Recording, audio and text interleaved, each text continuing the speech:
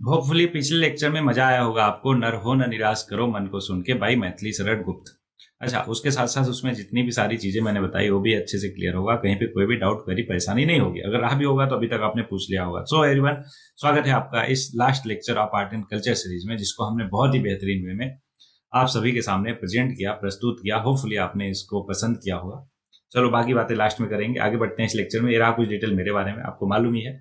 Just last point पे ध्यान दीजिए कि इन केस यू नीड, या आप या फिर आपके भाई बंधु सखा मित्र कोई भी अगर पर्सनल काउंसलिंग की जरूरत है उन्हें, तो you can connect with me while filling the form given in channel description. आगे बढ़ते हैं।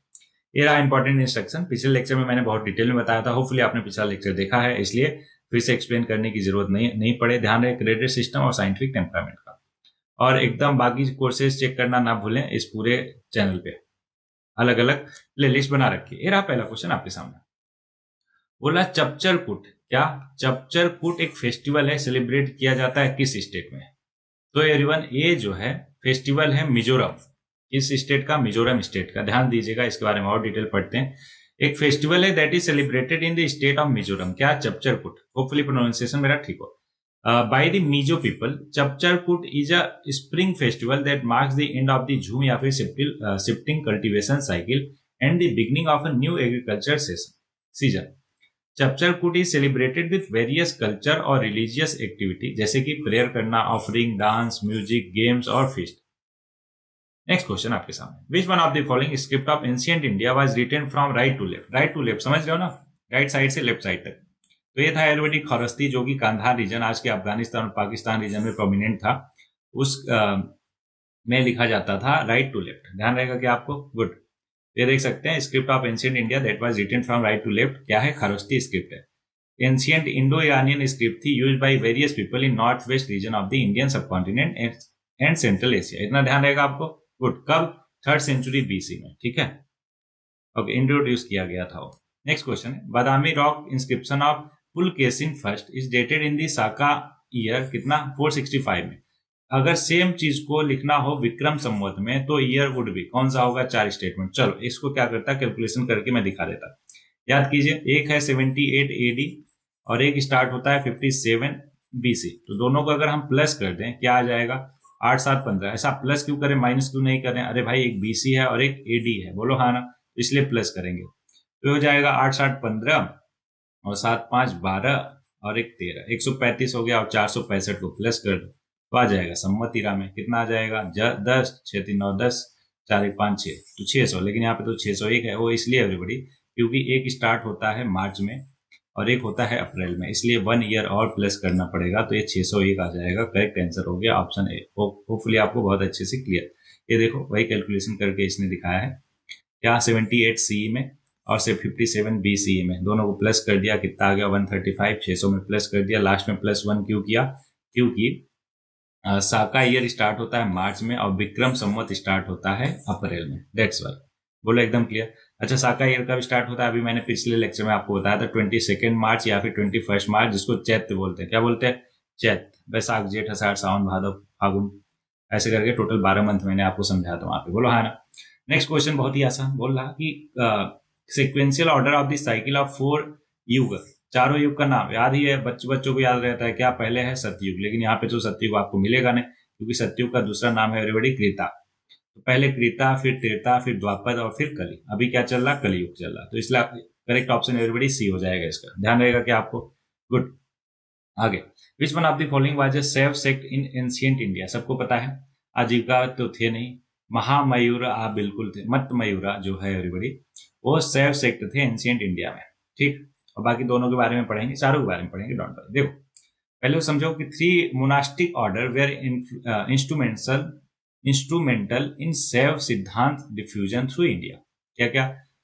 अमर डाक order identify with one of the seven holiest city Ujjain, the Matmayura order in the capital of Chalukya dynasty, and the Madhumatya order of central India. The religion expansion of the Matmayu sector took place under the patronage of Kalakuris of Tripuri. Mahamayura जो है took on increasingly important role within the Kalakuri state, serving as the Rajguru, officiating इतना ध्यान रहेगा भी नहीं आपको तो पढ़ने का कोई मतलब नहीं, बस ये ध्यान में रखो कि माया मयूरा ऑर्डर कब, चालुक्य डायनेस्टी और मधुमाते ऑर्डर, ये दो के और अमरदाक ऑर्डर, ये 3 ऑर्डर बहुत ही फेमस है किसमें, सेविज्म में। ध्यान रहेगा क्या। अच्छा, आजीविका सेक्टर की बात करें एवरीबॉडी, तो क्या है, static sect that emerge in India about the same time as Buddhism और Jainism and that lasted until the 14th century. किसने फाउंड किया था इसको, गौशाला मखली पुत्र ने, एक फ्रेंड ऑफ महावीरा, 24 तीर्थंकर जो है। बाकी आजीविका के बारे में कि सब कुछ पहले से लिखा हो गया है ना, नियति जो चाहेगी वही होगा, कुछ भी आपके हाथ में नहीं है, ये सारा कुछ आजीविका स्कूल का कहना था, हमने ऑलरेडी देख लिया, इसलिए आगे बढ़ेंगे। माया माता की बात करें तो टेक्स्ट ऑफ आर्किटेक्चर बिल्डिंग है। It is one of the oldest book referred the Dravidian construction style of temple. इतना ध्यान में रखना बस, क्यों, क्योंकि बहुत ज्यादा करोगे तो याद नहीं रख पाओगे। और अगला है ईसनवी, नहीं लास्ट वाला क्या था, लास्ट ऑप्शन था, हाँ वही है, क्या है एवरीबॉडी, ये है, इधर गया, हाँ इधर है, ये है ईसन शिवा गुरुदेव पद्धति या फिर ईसन शिव गुरुदेव पद्धति। क्या है, एक टेक्स्ट है from 9th century describing the art of building in India in south and central India, वही चीज है जो ऊपर मैंने बताया, होपफुली आपको क्लियर है। नेक्स्ट आगे बढ़ते हैं। Silver coin issue by the Gupta where called, silver coin को रूपका बोलते थे, गोल्ड क्वाइन को दिनारा बोलते थे, बोलो दोनों क्लियर है क्या, गुड, आगे बढ़ते हैं। ओके ठीक है, वही सारी चीजें हैं, पता ही है, आगे बढ़ते हैं everybody. Rupaka coin were made of silver और वेटेड कितना, 2 ग्राम का। Gupta king adopted the rupaka a symbol of their political और economic ties with the Roman और पर्सियन। जीरो किसने डिस्कवर किया था, बच्चों को पता होता है कि सर आर्यभट्ट ने, है ना, गलती से आलिया भट्ट मत बोल देना। Okay next, zero was discovered by the anonymous Indian, Arabian learned it from India or spread it over Europe. It was found that Arabs firstly used zero in कब 873 CE, an early symbol for zero appear in an इतना inscription in Gwalior. अच्छा ये anonymous बता रहा, okay just a minute, 1 minute दीजिए बस। ये देखो, हु इन्वेंटेड जीरो, तो origin of zero in India came from a well known astronomer और mathematician of his time, Aryabhatta, वही तो मैंने भी बताया। होपफुली एवरीबॉडी आपको क्लियर हो कि आर्यभट्ट साहब ही थे, तो इसलिए इसका करेक्ट आंसर ये होगा। चलो आगे बढ़ते हैं। ये रहा नेक्स्ट क्वेश्चन आपके सामने, who among the following were famous jurist of medieval India, jurist कौन थे फेमस। सो एवरीबॉडी, राजशेखर को छोड़ के, एक प्ले राइट थे, ड्रामा लिखते थे, इनको छोड़ के बाकी सबके सब क्या थे, ज्यूरिस्ट थे। आपको ध्यान रखना है, क्यों, क्योंकि बहुत ही फैक्चुअल क्वेश्चन, ऑप्शन सी हो जाएगा करेक्ट आंसर। सबके बारे में आप जानते हैं। देखो विज्ञानेश्वर की बात करें, विज्ञानेश्वर, हिमाद्री और जिमुतवाहन सबके सब क्या थे, famous jurist of medieval India थे। जबकि राजशेखर क्या थे, 10th सेंचुरी स्कॉलर जिन्होंने लिखा extensively on variety of subject, grammar, poetry, music, इन सब पे लिखा, और वो ज्यूरिस्ट नहीं थे। बोलो एकदम क्लियर हुआ क्या। और सबके बारे में डिटेल ले रहा आपके सामने, क्या विज्ञानेश्वर जी के बारे में, हिमाद्री के बारे में और चारों के बारे में। आप आराम से इसको पढ़ लेना, ठीक है। आगे बढ़ते हैं, रहा नेक्स्ट क्वेश्चन आपके सामने। During the Rigvedic period word nishka was used for as jewelry but later period it was used for meaning of, तो पहले निष्का का मतलब होता था क्या, ज्वेलरी एवरीबॉडी, लेकिन धीरे धीरे बाद में उसका मतलब क्या बदल गया, क्वाइन में बदल गया, कि अब उसको आप किस नाम से जाने लगे, उसका मतलब होता था क्वाइन। देखो ध्यान से, during Rigvedic period the word nishka was used for as jewellery या फिर ऑर्नामेंट्स, और nishka coin was introduced during the Mauryan period और played a crucial role in the economic system of the empire, मतलब मौर्यन पीरियड में क्या हो गया, निष्का का मतलब क्वाइन, एक टाइप ऑफ क्वाइन हो गया। ध्यान रहेगा क्या। नेक्स्ट क्वेश्चन आपके सामने, द फर्स्ट स्कॉलर जिन्होंने अशोका के एडिक्ट्स को पढ़ा था, तो आपको पता है जेम्स प्रीसम ने पहले डिसाइफर किया था, है ना, और उन्होंने रीड किया था अशोका के एडिक्ट्स को। देखो, first scholar to successfully decipher the Ashokan edicts was James Prinsep. Prinsep deciphered the Kharosthi और Brahmani script of ancient India in 1837 में। अब उन्होंने देखा कि नाम एक लिखा होता है देवनम प्रिय प्रियदर्शी, जिसका मतलब होता था अशोका, है ना, उनका ही नाम था। अब बात आती है कि क्या क्या चीजें मिले कहाँ से, वो देखो ध्यान से। Sohgaura copper plate inscription Mauryan period का है, और कहाँ पे मिला, उत्तर प्रदेश सोगौड़ा में। Language and script, Prakrit language use हुई ब्राह्मणी स्क्रिप्ट के साथ। और कंटेंट इसमें क्या मिला, likely from Ashoka's period it mention stabilising grain depots at Manavasi to combat famine making it the oldest Indian copper plate inscription. याद कीजिए, एक क्वेश्चन भी आया था कि कहाँ पे इमरजेंसी के टाइम पे वेयर हाउस है ना, ग्रेन को स्टोर करने की बात लिखी गई है, तो वो कहाँ पे लिखी गई है एवरीबडी? सोगौड़ा कॉपर प्लेट इंस्क्रिप्शन में, जो कि यूपी में है। किस भाषा में? प्राकृतिक में, ब्राह्मणी स्क्रिप्ट को यूज करते हुए। हाथी गुफा इंस्क्रिप्शन की बात करें, 2nd सेंचुरी बीसी का है। उदयगिरी उड़ीसा में मिलता है। लैंग्वेज है प्राकृत ब्राह्मणी स्क्रिप्ट में। कंटेंट क्या है? Record the achievement of Kharavela the king of Kalinga including his conquest और टेम्पल इनोवेशन। वहीं पे बेस नगर पिलर इंस्क्रिप्शन की बात करें तो हेलियोडोरस ने करवाया था 2nd सेंचुरी बीसी में, जो कि है विदिशा, मध्य प्रदेश, इंडिया। यहाँ पे क्या मिलता है? पहले लैंग्वेज देखो, Prakrit language using Brahmi script. Content क्या मिला? Record Heliodorus dedication of a Garuda pillar to Vasudeva. याद कीजिए, इसी को खंभा बाबा के नाम से जानते हैं आज लोग। कहाँ पे? मध्य प्रदेश के विदिशा में। कंटेंट क्या मिला? और क्या मिला वहां पे? Provide genealogical detail of the Kushana dynasty under Kanishka. Junagadh rock inscription की बात करें एवरीबॉडी, 150 सी में बना था। कहाँ पे? जूनागढ़, गुजरात, इंडिया में। लैंग्वेज और स्क्रिप्ट संस्कृत और ब्राह्मणी स्क्रिप्ट। और क्या मिला वहां पे? कमेमोरेट्स रुद्र दमन फर्स्ट विक्ट्री और अचीवमेंट। रबा तक होपफुली प्रोनाउंसिएशन मेरा ठीक हो। इंस्क्रिप्शन किसने करवाया था? कनिष्क ने 1st सेंचुरी सी में। रबात तक अफगानिस्तान में है। लैंग्वेज और स्क्रिप्ट क्या है? बैक्टीरियन लैंग्वेज और ग्रीक स्क्रिप्ट में। Okay, next. Who among the following introduce famous Persian festival Navroz? Navroz Navroz 3 बार अपन ने इसलिए बोला क्योंकि इसको 3 बार अपन कर चुके हैं। एनसीएड में भी आई थिंक, नहीं, मेडिवल में किया था, और आर्ट एंड कल्चर के किसी और क्वेश्चन में किया था। Correct answer everybody Balban. बोलो हाँ ना? तो देखो, Balban introduce the famous Persian festival, जिसको नवरोज या फिर नवरूज ऐसे करके भी प्रोनाउंस किए जाते हैं। पर्शियन न्यू ईयर है, marking the first day of spring. और ऐसा इसलिए इंट्रोड्यूस किया था क्योंकि India is a strategic move showcase his opulence और authority to both the nobles and general population. This initiative aim to consolidate his influence और emphasise the grandeur of his region through the celebration of the significant Navroz festival. ध्यान रहेगा, बलबन ने किया था, और अपनी जनता और प्रजा को यह दिखाने के लिए कि हाँ, हम ही अथॉरिटेटिव है ना, राजा है। नेक्स्ट, 94th क्वेश्चन देखो ध्यान से। 4 स्टेटमेंट है। बोला कि about coin struck during 200 BC से लेकर 300 सी तक इंडियन सब कॉन्टिनेंट में, नॉट करेक्ट है। तो पता है कि इंडो ग्रीक इंट्रोड्यूस बाईलिंगुअल और bi script legend on their coin, बिल्कुल ठीक है। Kushanas mintage large quantity of gold coin as well as copper coin of low denomination, ये भी ठीक है। Satavahanas issue coin of silver, copper, lead और प्रोटीन, बिल्कुल ठीक है। Absence of Nigama coin suggest the declining power of authority of merchant guild. याद कीजिए एवरीबॉडी, गुप्ता पीरियड में बहुत सारे मर्चेंट गिल्ड्स थे, उनका क्या क्या रूल रेगुलेशन था, सब वही तय करते थे। इवन राजा भी इंटरफेयर नहीं कर सकता था, उसको भी एक्सेप्ट करना पड़ता था, मानना पड़ता था। बोलो हाँ ना?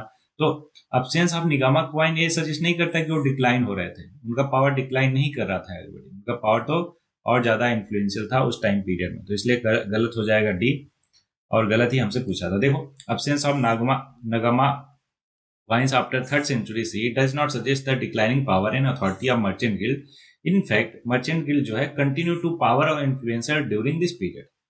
निगामा coin were a type of guild currency created by Takshashila merchants. किसके लिए? लोकल ट्रेड करने के लिए। कहाँ पे? गंधारा रीजन में। ओके, निगमा का मतलब होता था गिल्ड। क्या मतलब होता था निगमा का? गिल्ड। और उन सारे क्वाइने में रिकमेंड बुल होता था फ्रंट साइड में, long with Brahmani legend Nigama ऊपर। On the back side there was a lion head facing, monogram to the left. इतना ध्यान नहीं रहेगा आपको, चाहो तो इसका गूगल करके अभी इसका इमेज देख लो। क्या करो? इमेज देख लो फटाक से, ठीक है? क्यों? क्योंकि इमेज ज्यादा देर तक आपके दिमाग में रहेगा एज कम्पेयर टू इतना थ्योरी पढ़ोगे, उससे बेहतर है एक बार इमेज देख लो। ओके, अगला क्वेश्चन है हड़प्पन सिविलाइजेशन के बारे में स्टेटमेंट बताना है करेक्ट वाले। क्या करेक्ट बताने हैं? 2 स्टेटमेंट है। पहला, there is an extraordinary uniformity in artifact as evidence in pottery, seals, brick और weights। बिल्कुल बड़ी क्या यूनिफॉर्मिटी देखी गई आर्टिफैक्ट्स जैसे कि पॉटरी, सील्स, ब्रिक और वेट में? कब? हड़प्पन सिविलाइजेशन में। लेकिन बोला दूसरा स्टेटमेंट कि late Harappan site also maintain the same construction technique as were used in mature Harappan site. मतलब जब हड़प्पन साइड अपने पीक पे थी तो वही टेक्निक इस्तेमाल किया जा रहा था बाद में लेट हड़प्पन साइड में। बिल्कुल गलत है एवरीबॉडी। क्यों? क्योंकि उस समय डिग्रेडेट हो गया वो सारे के सारे मेथोडोलॉजी, उतना लेवल का, उतना किफायती वे में नहीं बना पा रहे थे। बोलो हाँ ना? इसलिए दूसरा गलत हो जाएगा, पहला सही हो जाएगा। पहला सही, दूसरा गलत है एवरीबॉडी। रीजन बता ही दिया, बाकी डिटेल देखते हैं, देखो ध्यान से।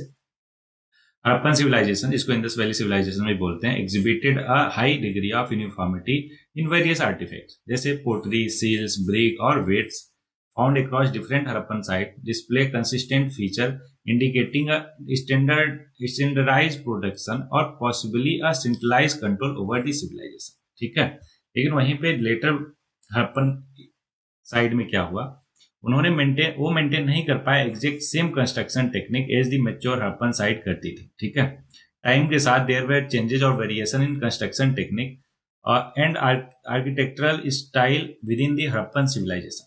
लेट हड़प्पन साइट्स में क्या हुआ, वो लेस बेक्ड ब्रिक को इस्तेमाल करते थे और ज्यादा मड ब्रिक को, और उनका ड्रेनेज सिस्टम भी लेस एफिशिएंट था और लेस यूनिफॉर्म था।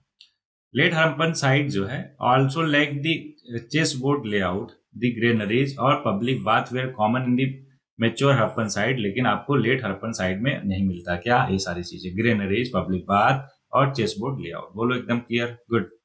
नेक्स्ट क्वेश्चन आपके सामने 4 स्टेटमेंट है, बोल रहा कि true of bead making is a salient feature of the mature Harappan craft, क्या करेक्ट नहीं है इसके रिगार्डिंग, बीड मेकिंग के रिगार्डिंग। ठीक है, पहला बोला Harappan bead were made of gold, copper, shell, लेपेट, लजली, आइवरी और variety of semi precious stone. आपको लग रहा होगा सर इतनी सारी चीजें हैं, गलत होने के ज्यादा चांसेस है, नहीं है, ये बिल्कुल सही है।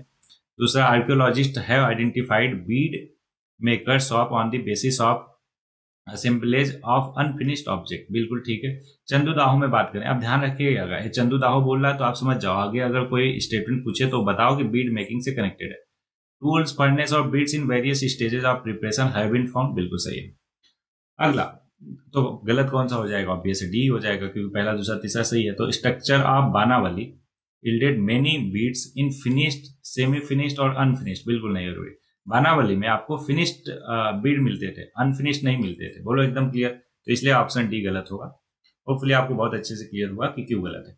Although beads have been found at Banawali but in finished form and not in unfinished form. Their discovery did not occur in the context of dedicated bead making workshop, unlike the finding at चंदूदाव। चंदूदाव में क्या था, bead making workshop होती थी, वहां पे वो बनता था, तो वहां पे फिनिश अनफिनिश सब फॉर्म में मिलता था, लेकिन बनावली में केवल फिनिश में फॉर्म में मिलता था।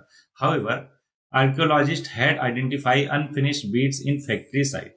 Beads were made up of gold, cells, copper. Beads मतलब समझ रहे हो आप ना, चलो एक काम करता हूँ, दिखाई देता हूँ। ओके, दिखाई देता हूँ, क्यों, क्योंकि देखे रहोगे तो ज्यादा क्लियर रहेगा आपको ना। बीट्स इन एंशिएंट, नहीं आपको मालूम ही होगा, अगर गर्ल्स स्टूडेंट हो तो आपको पता ही होगा, बाकी अगर सलमान खान के फैन हो तो भी पता होगा, लेकिन सारे तो लोग तो सलमान खान के फैन नहीं होते ना। ओके, ये देखो, दिख रहा क्या, अरे भाई बोलो हाँ ना। तो ये सारे के सारे हैं बीट्स, देखो डिफरेंट डिफरेंट स्टोन के, मेटल के, प्रीसियस स्टोन के बने हुए हैं। ठीक, चलो जूम ही करके दिखा देता हूँ, यही चाहते हो आप ना। अच्छा, मैं कहाँ तो गया था, हाँ भोपाल गया था मैं, ठीक है, सोलो ट्रेवलिंग पे, तो वहां पे कोई एक कुछ तो था, ठीक है, तो वहां पे सारी सारी चीजें मेरे को देखने को मिली थी, बहुत ही पुरानी पुरानी है ना, एंटिक पीसेस जो है रखी थी। ये देखो आप, किधर गया, एक मिनट, हाँ दिख रहा था,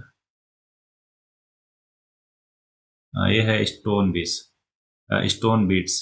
ओके, इस तरीके से बाकी भी आप देख सकते हो, है ना, बहुत सारे दिख जाएंगे आपको। देखो ये बढ़िया तरीका होता है आपको इंटरेस्ट लाने का थोड़ा सा। ठीक है, चलो आगे बढ़ते हैं, नेक्स्ट क्वेश्चन आपके सामने। रिस्पेक्ट टू बलूतेदार्स, बलूतेदार्स याद कीजिए एवरीबॉडी, कहाँ पे थे, आई थिंक मेडिवल हिस्ट्री में भी पढ़ा था हमने बलूतेदार के बारे में। ठीक है, तो करेक्ट स्टेटमेंट बताना है। दे वर विलेज सर्वेंट और आर्टिसियन, बिल्कुल सही है। अच्छा, सेम ही क्वेश्चन है एवरीबॉडी, ऑलरेडी हम कर चुके हैं। They were employed by individual peasant family, बिल्कुल गलत। इंडिविजुअल पीजेंट फैमिली से नहीं, पूरा का पूरा गांव उन्हें क्या एम्प्लॉय करता था, मतलब कि गांव वालों के लिए वो सारा काम करते थे और गांव वाले उन्हें बाकी रहने खाने पीने के लिए देते थे। ओके, तो दूसरा गलत हो गया, दूसरा गलत लो, एलिमिनेशन से आंसर आ गया ऑप्शन सी। बोलो एकदम क्लियर है क्या, they existed in the medieval Deccan और महाराष्ट्र, बिल्कुल सही बात है। तो पहला सही, तीसरा सही, दूसरा गलत, ध्यान रहेगा आपको। अरे बोलो हाँ ना, तो देखो, बलुते दास कौन थे? विलेज सर्वेंट और आर्टिसियन थे जो प्रोवाइड करते थे वेरियस सर्विसेज टू फार्मर और village community in exchange for a share of grain या फिर agriculture produce. They existed in medieval Deccan और Maharashtra and were part of a hereditary system of 12 trades. क्या? Hereditary system of 12 trades. Statement दूसरा गलत है, क्योंकि they were not employed by individual peasant but by village as a whole. तीसरा सही है कि बलुतेदार वेयर प्रिवेलेंट कहाँ पे? मिडिवल डेक्कन रीजन में, which include area of present day Maharashtra and surrounding region. They played a significant role कब? इसमें socio economic structure of village में, उन सारे के सारे रीजन में जितने भी विलेज थे। होपफुली आपको क्लियर। नेक्स्ट क्वेश्चन आपके सामने, which one of the following statement about Gupta coin is not correct? ध्यान है, नॉट करेक्ट पूछा है। Gupta king issue a large number of gold coin known as dinar, बिल्कुल। और सिल्वर कॉइन को क्या बोलते थे? रुपका, सबस। चंद्रगुप्त सेकेंड, कुमार गुप्त first, Skanda Gupta and Buddhagupta issued silver coin, बिल्कुल। द द ओवर क्या है? ओवरसीज, हाँ। The overseas of the coins are carved with the images of king and on the reverse are called deities, बिल्कुल। कौन कौन सी? सरस्वती, है ना। 3 गॉड उस समय बहुत ही ज्यादा प्रोमिनेंट थे, उनके इमेज जो होते थे बैक साइड पे। इवन लोटस का भी, कभी कभार फूल का भी, है ना, इमेज होता था। ठीक है, एक तरफ राजा का, दूसरी तरफ देवी देवताओं का, और उसके साथ साथ कभी कभार फूल वगैरह का भी, ठीक, लोटस का। तो तीसरा भी सही हो गया। चौथा द लार्जेस्ट, तो यही गलत हो जाएगा। चौथा क्या है? Largest number of coin issue by Gupta were copper, बिल्कुल गलत। क्यों? क्योंकि सबसे ज्यादा गोल्ड का issue, largest number of gold coin issue किया गया था गुप्ता के द्वारा। That's why golden period of India बोलते हैं गुप्ताज पीरियड को। बोलो एकदम अच्छे से क्लियर। अरे भाई बोलो हाँ ना, गुड। ये देखो, Gupta issues coin of gold, silver और copper, but they issues large number of gold coin called dinar. Gupta coinage की बात करें तो गवर्निंग किंग और legend were shown on the front of the coin, जबकि goddess was depicted on the reverse. Metallurgy और iconography of the Gupta currency एकदम peak पे थी उस टाइम पे, following in the foot step of the Indo Greek और Kushanas coin. Gupta coinage has a resonance with a uniquely Indian flavour. कैसे? Gupta ruler wield spear, battle axes, bows और sword, Garuda headed standard, है ना, जिसको गरुड़ ध्वज बोलते थे, Gupta dynasties, regal insignia, replace the trident seen on the right fit. वाह, होपफुली आपको बहुत अच्छे से clear. Next, which organisation was start? अच्छा एक काम करो ना, देख ही लेते हैं फिर ऊपर फिर से इमेज, है ना, ये सब आप काम कर सकते हो। चलो कोई बात नहीं, लेक्चर थोड़ा सा लेंदी हो जाएगा, लेकिन कम से कम क्लियरिटी तो आपको आएगा। तो क्या सर्च करना है? Gupta period coins. ये देखो, ये है गुप्ता पीरियड कॉइन्स। दिख रहा है क्या आपको? इधर सामने फ्रंट पे राजा और बैक साइड पे, है ना, देखो राजा जो है घोड़े पे बैठा है, और बैक साइड पे क्या थे? कोई डिटीज या फिर लोटस का इमेज था। ये देखो, दिख रहा क्या आपको? ओके, ये देखो पीछे बैक साइड पे, ये देखो फ्रंट साइड पे राजा और बैक साइड पे, है ना, deities. Okay okay everybody, hopefully आपने देख लिया अच्छे से। आगे बढ़ते हैं। मेरा next question, which organisation was started at the Haridwar Kumbh Mela 1915 में? हरिद्वार के कुंभ मेले 1915 में कौन सी सभा स्टार्ट हुई थी? तो वो थी एवरीबॉडी हिंदू महासभा। ध्यान रहेगा आपको, देखो ध्यान से। Hindu Mahasabha was founded at the Haridwar Kumbh Mela कब? 1915। किसके द्वारा? मदन मोहन मालवीय और अदर हिंदू लीडर। महासभा एक हिंदू नेशनलिस्ट ऑर्गेनाइजेशन थी that aim to protect the right of Hindus का, कहाँ पे? ब्रिटिश इंडिया में। नेक्स्ट क्वेश्चन आपके सामने, who among the following, sorry, which one among the following statement about the coin of Gupta ruler is correct? फिर से Gupta ruler के कॉइन की बात आ गई। देखो करेक्ट पूछा है इस बार, ध्यान रखिएगा। दी ऑब्जर्व and reverse both had only the king portrait and date, बिल्कुल गलत। क्यों? क्योंकि अभी तो मैंने दिखाया इतना अच्छे से, एक तरफ किंग एक तरफ डीटी। बोलो हाँ ना, तो इसलिए पहला ही गलत हो जाएगा, लेकिन हमसे करेक्ट पूछा है तो आगे बढ़ते हैं। द ऑब्जर्व and reverse both had only image of the deity and the date, बिल्कुल गलत। तीसरा, द ऑब्जर्व जनरली हैड किंग पोर्ट्रेट और reverse had an image of deity या फिर मोती, बिल्कुल सही है। ऑब्जर्व generally had king portrait and reverse always had a date, बिल्कुल गलत है। तो ऑप्शन सी करेक्ट हो गया। बड़ी डिटेल में हमने देख ही लिया, इसलिए आगे बढ़ जाएंगे। देखो, रिवर्स साइड में विष्णु, लक्ष्मी और सरस्वती, इनकी इमेज होती थी। Sometime the reverse of the coin also feature a motif such as lotus flower या फिर ट्री। बोलो हाँ ना। ओके आगे बढ़ते हैं। ये रहा कुछ और detail. Coinage of Gupta Empire, which existed from 4th से 6th century AD, followed the style established by earlier Kusana Empire. ठीक है, और legend on the coin were inscripted किस में, ब्राह्मणी स्क्रिप्ट में। और earliest Gupta coin are associated with ruler, कौन कौन से, समुद्रगुप्त, चंद्रगुप्त सेकेंड और Kumaragupta. These coin not only serve as a form of currency but also serve as the mean to commemorate significant events और achievement within the dynasty. ठीक है, और साथ में example include depiction of the dynasty succession, marriage alliance, the horse sacrifice ritual और personal accomplishment of the royal member, जैसे कि musical skill, archery और डिफीटिंग लायंस। ये सारी की सारी चीजें उसमें प्रेजेंट की जाती थी with the help of coin. Hopefully आपको बहुत अच्छे से क्लियर हुई। तो फाइनली ये था हमारा लास्ट लेक्चर, यहाँ पे खत्म होता है पूरा आर्ट एंड कल्चर। होपफुली आपने एंजॉय किया होगा इस पूरे आर्ट एंड कल्चर के जर्नी को। मजा आया, मेरे को भी आया, होपफुली आपको भी आया होगा। तो मजे के साथ साथ अगर नॉलेज भी मिल जाए तो कमाल की चीज़ है, राइट। तो होपफुली आपने एक एक चीज़ इसमें अच्छे से क्लियर किया होगा और ये आपको बहुत हेल्प करेगा और एक आपको एज देगा और उसे बेहतर और कॉन्फिडेंस के साथ आर्ट एंड कल्चर के क्वेश्चन को अब आप अटेम्प्ट कर पाओगे। Is that clear? चलो, तो अभी तक हमने क्या किया, इस पूरे चैनल पे अलग अलग प्लेलिस्ट बना दिए हैं, पॉलिटी, इन्वायरमेंट, इकोनॉमी, है ना, एंशिएंट हिस्ट्री, मिडिवल हिस्ट्री, सारे के सारे सब्जेक्ट जितने भी यूपीएससी के सब्जेक्ट होते हैं आप समझो, उन सब के पीवाईक्यू को टॉपिक वाइज, कैसे टॉपिक वाइज पीवाईक्यू को पूरा 1993 से लेकर पूरा 2024 तक, है ना, सब आपको मिल जाएगा एक ही चैनल पे प्रॉपर सिस्टमेटिक वे में। तो आप इस चैनल को जरूर विजिट कीजिए, अपने भाई बंधु सखा मित्र को भी बता सकते हैं सच दैट कि इसका मैक्सिमम यूटिलाइजेशन कर पाए। ओके, चलो, तो इस लेक्चर में इतना ही, लेकिन लास्ट में 2 लाइन रहती है, वो बिल्कुल मैं आपको सुनाऊंगा। तो देखो, मैंने ही लिखी है, मेरे द्वारा ही लिखी गई कविता है कि अपनी चाल में ढंग को अब त्याग दे, अपनी चाल में ढंग को अब त्याग दे, तू खुद को एक बेहतर आगाज दे, तू गिर पड़ उठ चल दौड़ जा, तू गिर पड़ उठ चल दौड़ जा, सामने हो मौत तो भी उसे रौंद जा। एवरीबॉडी, ये बहुत ही लंबी पोयम है, इसका 2-4 लाइन बस मैंने आपके सामने प्रेजेंट किया, होपफुली आपको अच्छा लगा हो। अच्छा, पूरा सुनना चाहते हो आप? ठीक है, 1 मिनट दीजिए, ढूंढने दीजिए मेरे को। अरे भाई, इतनी सारी चीजें लिख रखी है कि याद नहीं रहता, तो उसके लिए माफी, 1 मिनट दीजिएगा बस।